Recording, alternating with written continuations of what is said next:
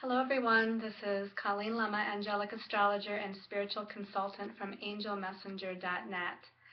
And I just got done earlier today, it's Sunday, January 26th, doing your weekly angel card reading for the next week, which is January 27th through February 2nd, 2014. And I said in that particular video during the weekly angel card reading that in the next day or two I was going to make a soul reflections video regarding some of the astrological and universal energies that are coming up here shortly. But as I went on with the rest of my day, the angels and my guides kept nudging me to do the video today. So it is still Sunday, the 26th of January, and this is a Soul Reflections video that I want to share some things with you on. Now, the last Soul Reflections video I did was the beginning of January when we had a new moon on January 1st, which was a very powerful new moon. And I also in that video spoke of us moving into the new Chinese year, the year of the horse, and leaving the year of the snake behind. And that time is fast approaching, and I'm actually, for one, very excited to see this new year of the horse come in. And the date that it actually transitions is January 31st, so the last day of this month of January, which is a Friday. So we're going to see the year of the snake move away. And just to recap, that year of the snake, pretty much all of 2013, was a time of a lot of transition and transformation and deep energetic purging within our spiritual beings. A lot of people on the physical, the emotional, the mental, the spiritual level, we did a lot of energetic purging and redirections. A lot of it was very internal, again, a lot more internal than external this past year. And when I think about a snake, you think about a snake shedding its skin, and that's really what we were doing in 2013. We were shedding our old energies. We were shedding our old belief systems. We were shedding ideas and thoughts about ourselves that no longer suited who we were. We might have even been shedding circumstances and situations. I know I did, for one, leaving behind a full-time job to do what I love most, which is my spiritual work on a full-time basis. So you might have seen people shedding situations and circumstances during the last year as well. But now it's been kind of a slow-moving year, though, challenging in a lot of different ways. As we move into this new energy, the year of the horse, and by the way, a lot of people call it the year of the unicorn, which I'll touch on in just a moment why I feel that that is appropriate. But the year of the horse is going to be much different than the year of the snake, and I'm sure a lot of people are happy to hear that. The year of the horse, if you think about a horse in reality, just like we thought about the snake, and it's, a cold-blooded animal, and it sheds its skin, and it's a very ancient animal, and, it kind of moves around back and forth and not really on a clear, direct path. The horse is about freedom. If you think about a horse running through a field, and I mentioned this again in the last Soul Reflections video, but the horse is about freedom and independence, and it's very full of energy and vitality and enthusiasm and passion. There's a lot of fast movement within this horse year coming up, and that's going to be, for me, exciting. There's going to be a lot of changes, a lot of, I feel like people moving, whether they're moving their physical locale or they're moving out of one employment situation into another, or maybe even moving through different relationship situations and moving into new relationship situations on all different levels, personal, business, family, what have you. With the year of the unicorn, if we want to look at it from that perspective, They say the year of the unicorn is going to be one of magic. And I really like that, and that's why I want to hold on to that. But in reality, if we look at the year 2014 and we look at it from a numerological standpoint, we add up 2 plus 0 plus 1 plus 4. That equals a 7. So we're in a 7 universal year, and the number 7 is a very spiritual number. It is a very magical number. And that's why I feel like looking at this year as the year of the unicorn, even a step beyond the year of the horse, is appropriate, because even though we're going to have a lot of fast-moving energies and independent energies and take charge energies like the horse, there's also, it's going to be full of magic too. It's going to be full of a lot of magical energy, and I don't just mean that in a fantasy sense. I mean that in a universal sense. There's going to be magical energies that are infiltrating our earth.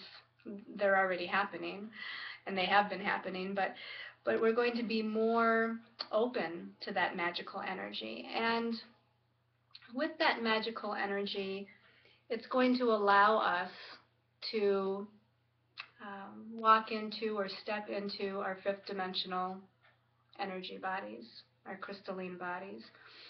And because of that magic, because of that crystalline energy, because of that higher vibrational energy, we're all going to be more in touch with our sacred soul self, our higher soul self, and therefore be able to create and manifest from a magical perspective. With that magic, with that magical energy, we'll be able to create and manifest our paths. Our paths will become more clear. It will be more direct in getting to the goal, to getting to that end result that we're looking for than it was last year. Last year we were busy purging and transforming ourselves from the inside out. Now we're able to take that transformation and that magical energy as it's falling down upon us, if you will. We'll be able to take that and use that now in the year of the horse to create a lot of fast changes and fast movement in our lives, on the planet, for the planet.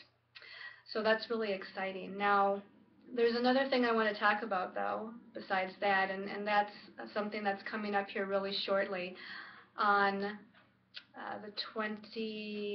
also on Friday, 31st of January. So it's the same day that the actual year of the horse, year of the unicorn kind of comes in.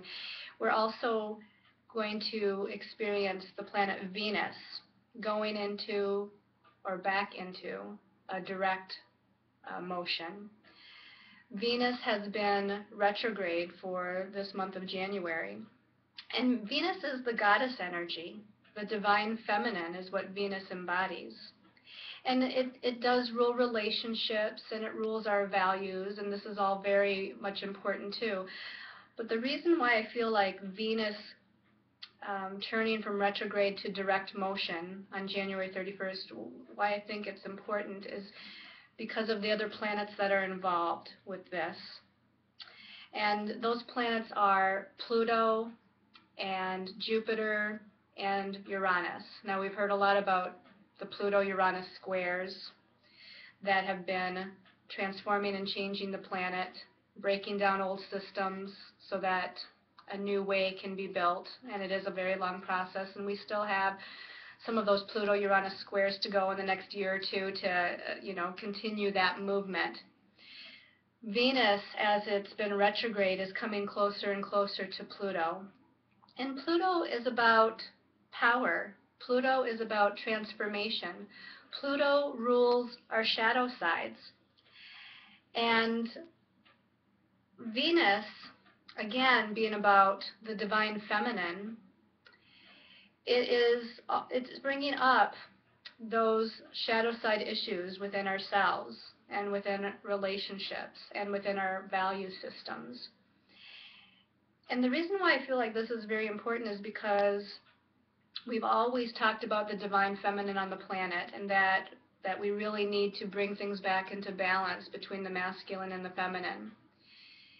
And here we go with Venus coming up to Pluto, kind of it's doing two things. It's bringing up shadow types of energies, um, lack of power energies, and to look at the flip side of that, it's bringing up empowerment energies.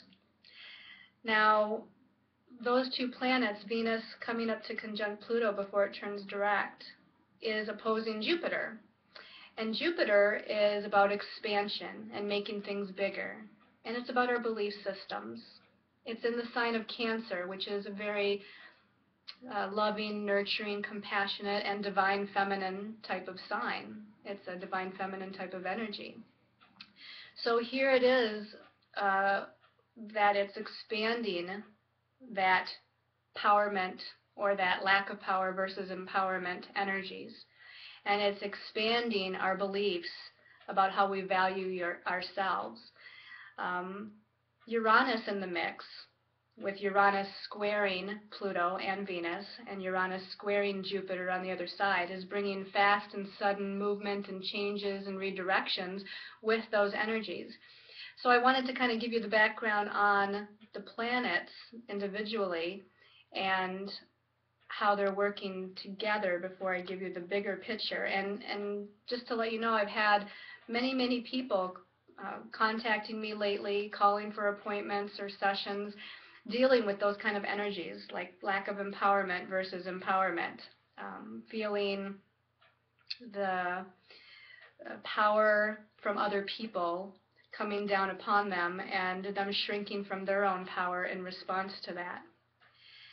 To look at the bigger picture again, some of the questions you might ask is, what do you love or value in your life? What do you love and value about yourself? And this is about taking responsibility for our hidden shadow side. It's about bringing that love and compassion and nurturing and acceptance to ourselves. It's about releasing from an energetic level what is no longer appropriate for us, what no longer gives us pleasure, what we no longer value in our lives. Our values may have shifted, and so therefore what we used to value, we may not value anymore. And again, this can be in different areas of our lives. And this is part of what Venus with Pluto, with opposing Jupiter and squaring Uranus here this next upcoming week, and even in a couple weeks past while Venus was retrograde, what it was bringing up a lot of these issues of looking at, again, what we value and looking at our divine feminine energy and power within. Now remember that whether you're male or female, you have a feminine power. And so it's balancing the feminine power within both men and women. But for women specifically, it's been a long time of disempowerment over many years, many centuries of disempowerment from those that were in authority or those in the patriarchal system that wanted to keep the feminine power down. So I feel like this time period has been one of clearing out that trauma, whether or not you have a recollection of your previous lifetimes.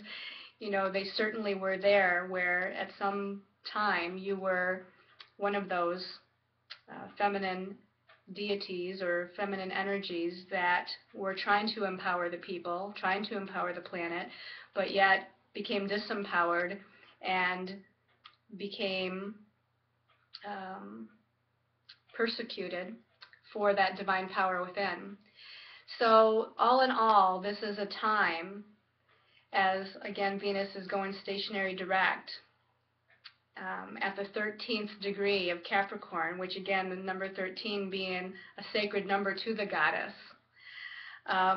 This is a time period to take back our power. It's a time for healing, purging, releasing, letting go, transforming, transmuting, all of these old energies that have kept us down, and really taking back our power, taking back and owning our sense of authority and spiritual power, and rising back up as we move into this year of the horse, this year of the unicorn.